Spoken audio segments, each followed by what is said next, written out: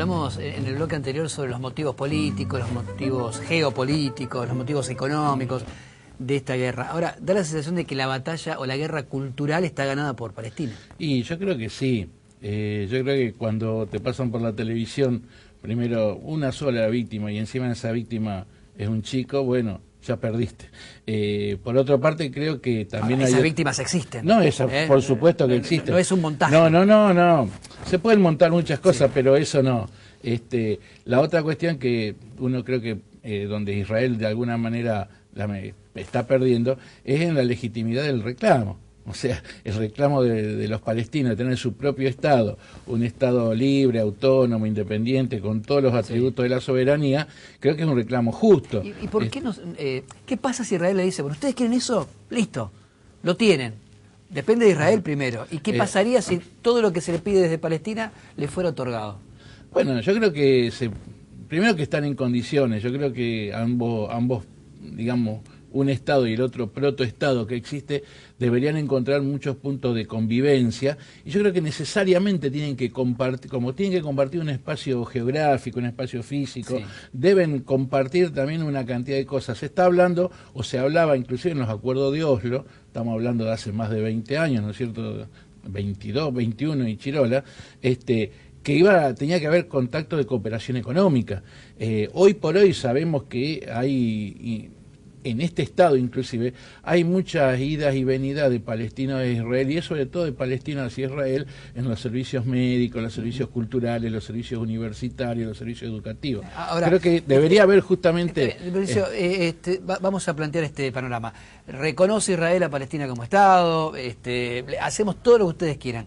Aún así, ¿no son dos sociedades culturalmente casi incompatibles por distintos motivos históricos, culturales, sociológicos? Mira, hace un tiempo había un trabajo dando vuelta, no me acuerdo quién, creo que era de Edward Said, famoso escritor y politólogo palestino que trabajó mucho en común con Daniel Barenboim en esta cuestión de encontrarse ambos pueblos, donde decía que los palestinos tenían muchas cosas en común con los israelíes. Quizá, sí, por ejemplo, que uno de los, digamos, de los sectores de la población árabe en general, de todo el mundo árabe, que tenía el más alto nivel cultural, porque habían accedido a universidades, a estudios secundarios, a estudios terciarios, con lo cual lo acercaba muchísimo a la sociedad israelí. Está claro que hoy hay diferencias... Estamos hablando de una franja chiquita. Una franja, pero bueno, pero existe. Está claro que hoy la masa del pueblo palestino está muy lejos de lo que es la masa del pueblo israelí. Las condiciones además, de vida... Si hace 70 años que se están matando. Bueno, vos tuviste tu abuelo, tu bisabuelo y tu papá que te dicen ese es el enemigo, de los dos lados. Claro. ¿Cómo haces contra eso? Realmente es complicado, y por eso es que hay distintas iniciativas. Yo conozco, ¿no es cierto?, muchísimas iniciativas de ambos lados. Yo conozco mucho más las del lado israelí, ¿no es cierto?, donde tienden a encontrarse tanto israelíes como palestinos. Hay escuelas donde trabajan en común. Hay una iniciativa, no sé si seguirá funcionando, yo estuve hace un tiempo en Israel, ya hace bastante, donde funcionaba una institución que era similar a nuestras madres de Plaza de Mayo, sí, que se llamaba Las Mujeres de Negro, ¿no es cierto?, donde estaban justamente reclamando por los hijos de ambos bandos, pero en forma conjunta, ¿no es cierto?, para evitar las muertes estériles, iniciativas de cooperativas, iniciativas culturales, bueno, lo que de Daniel Barenboim, ¿no es cierto?, esta cuestión de la orquesta, ¿no es cierto?, de este-oeste, del diván. Pero cuando vos ves que viene un misil... cuando vos ves que el misil viene del otro lado y se acabó todo. ¿Por qué esto de que Israel está bombardeando o estuvo bombardeando zonas pobladas? ¿Es real esto de que los misiles disparados por Hamas parten de zonas urbanas? No me cabe ninguna duda que sí. ¿Por qué? ¿Por qué tirar un misil desde 10 metros de un hospital sabiendo que voy a tener represalia en un rato? Bueno, es parte de una estrategia política, ¿no es cierto? Yo creo que justamente lo que decíamos hace un rato, parte de la batalla cultural. Si yo tiro un misil y tengo la respuesta, ¿no es cierto?, casi inmediata o medianamente cercana al mismo lugar donde lo tiré, y sé que puede haber víctimas, independientemente después de toda la explicación que yo pueda dar, las víctimas fueron del hospital, fueron las de la escuela, fueron las del jardín de infantes o fueron las del lugar de recreo. Tiene que ver también con una concepción política. Porque dicho así, los palestinos son cínicos y los, No, yo no sé si los son- israelíes se están defendiendo. No, bueno, yo creo que ni uno ni otro, o sea... A eso voy cuando planteaba una concepción yo cultural creo- distinta. Bueno, yo creo que sí, hay diferencias, No creo que en Israel se les ocurra, bueno, tiremos desde el hospital así bombardear un hospital. No, creo, yo creo que sé. no, pero justamente hay diferencias culturales y diferencias que tienen que ver con una concepción de la vida. En general, la religión islámica ha juntado, ha reunido, siempre lo ha hecho, en un solo aspecto la política y la religión. Son, ¿no es cierto?, están unidas inextricablemente. Nosotros sabemos que en los países de cultura occidental la religión va por un lado y el Estado va por el otro. Si bien en Israel los sectores religiosos, sobre todo ultraortodoxos, tienen mucha fuerza y cada vez tienen más, lamentablemente, en este proceso de toma de decisiones de las políticas a desarrollar, todavía sigue habiendo una cierta autonomía. Para el lado palestino, bueno, muchas veces la muerte no significa la muerte en sí misma, ¿no es cierto?, como la podemos concebir desde nuestro punto de vista, sino que significa un paso a una vida, ¿no es cierto?, superior. Ahora, yo creo que hay una retroalimentación mutua del odio hacia el otro.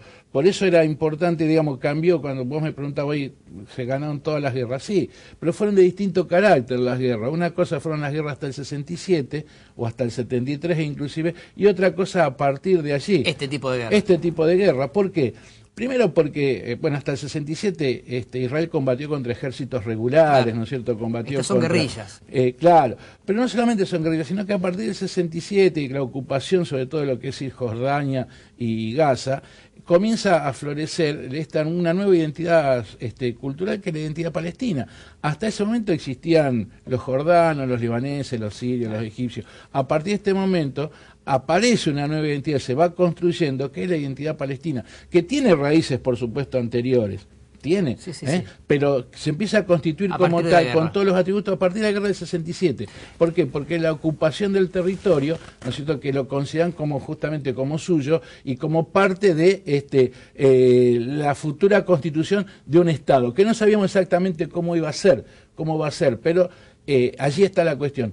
Por eso es que nosotros reivindicamos la cuestión de que Israel debe retirarse de todo lo que está ocupando a las fronteras que eran del 67, anteriores a la guerra, para justamente... Yo me imagino un gobierno israelí te va a decir, bueno, a ver, yo peleé, fui a la guerra, gasté dinero, perdí vida, y ahora nos volvemos, gané la guerra.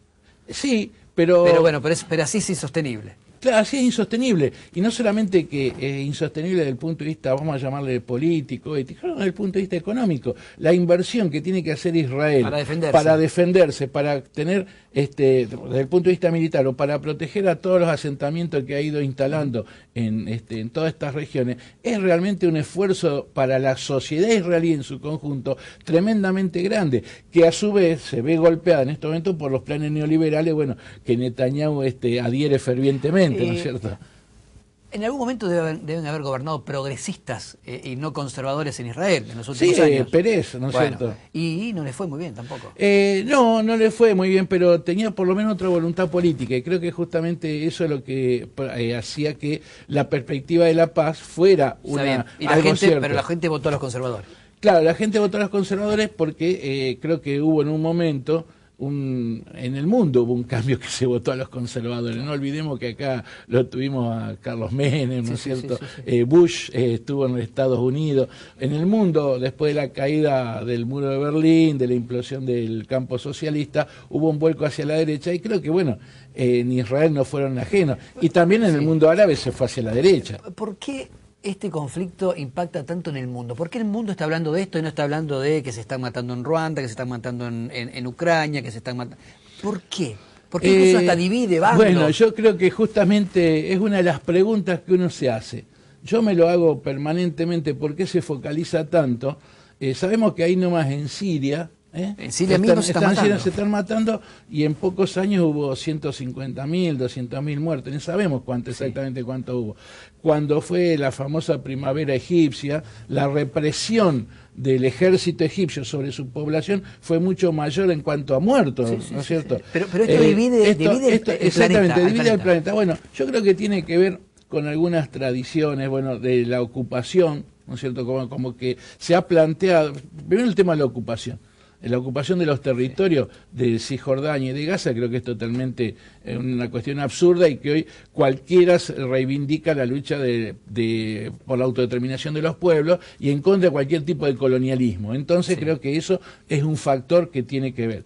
La otra, creo que hay una historia donde se dice que las colonias, los primeros judíos que llegaron, ocuparon también un territorio que estaba previamente ocupado y que después, bueno, con la guerra del 47, mejor dicho, la partición del 47, la guerra del 48-49, las poblaciones palestinas fueron expulsadas. Sí, pero el mundo habla de esto y ni siquiera entiende qué pasa. Por eso yo arranqué el programa diciendo, a ver, ¿por qué se pelean? Yo creo que, y voy a decir algo que va a sonar a lo mejor un poco complicado, creo que en el fondo de algunas cuestiones hay algunas gotitas de antisemitismo que persiste, que aparecen, porque si no uno nos explicaría por qué a raíz de esta situación, que vos decís mismo que hay mucha gente que no entiende, aparecen actos antisemitas en Francia, en Europa, inclusive acá mismo en la Argentina, hemos tenido, no muchos por suerte, ¿no es cierto?, pero hemos tenido algunas gotitas. Yo creo que hay un resabio que por ahí aparece y que cuando hay una oportunidad, ¿no es cierto?, emergen.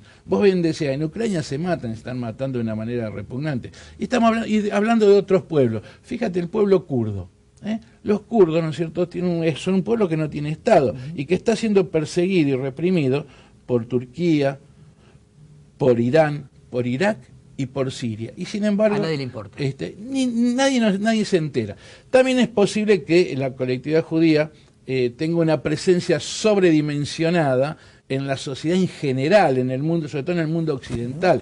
Pensemos que está ese famoso... ¿Hay algo de autocrítica? Es decir, algo habremos hecho mal hasta desde el punto de vista cultural como para que todos... Y yo creo que... porque la batalla cultural la perdieron. No, yo creo que exactamente, y sobre todo... Yo no sé si la batalla cultural la perdió la comunidad judía o la perdió el Estado de Israel. Yo creo que la comunidad judía sigue siendo... sí, yo me refiero al Estado de Israel. Tan progresista y tan, digamos, apreciada como cualquier otra, ¿no es cierto? No creo que en ese sentido haya cambiado mucho. El Estado de Israel sigue, o sea, si por un lado ha mostrado una cantidad de avances tecnológicos, científicos realmente maravillosos, por otro lado, al mostrar esta cara brutal, ¿no es cierto?, de la guerra y la muerte de pibes, la destrucción de lo que sería una población entera, como puede ser Gaza, realmente le ha hecho perder. Yo creo que sí, que algo se ha hecho mal y que no se ha logrado ese consenso, ¿no es cierto?, que se debería haber logrado para decir, bueno, el Estado de Israel no solamente que es uno más en el concierto de las naciones,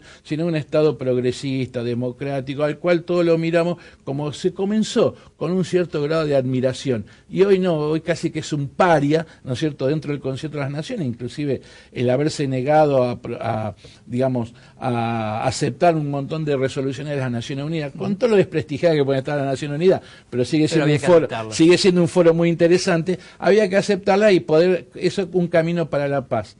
Redondeo, yo creo que el camino para la paz, un amigo mío decía, lo más revolucionario en Medio Oriente es la paz, y creo que esa es la revolución. Esa es la revolución, y eso es lo que hay que hacer en estos momentos. Gracias por ayudarnos a entender.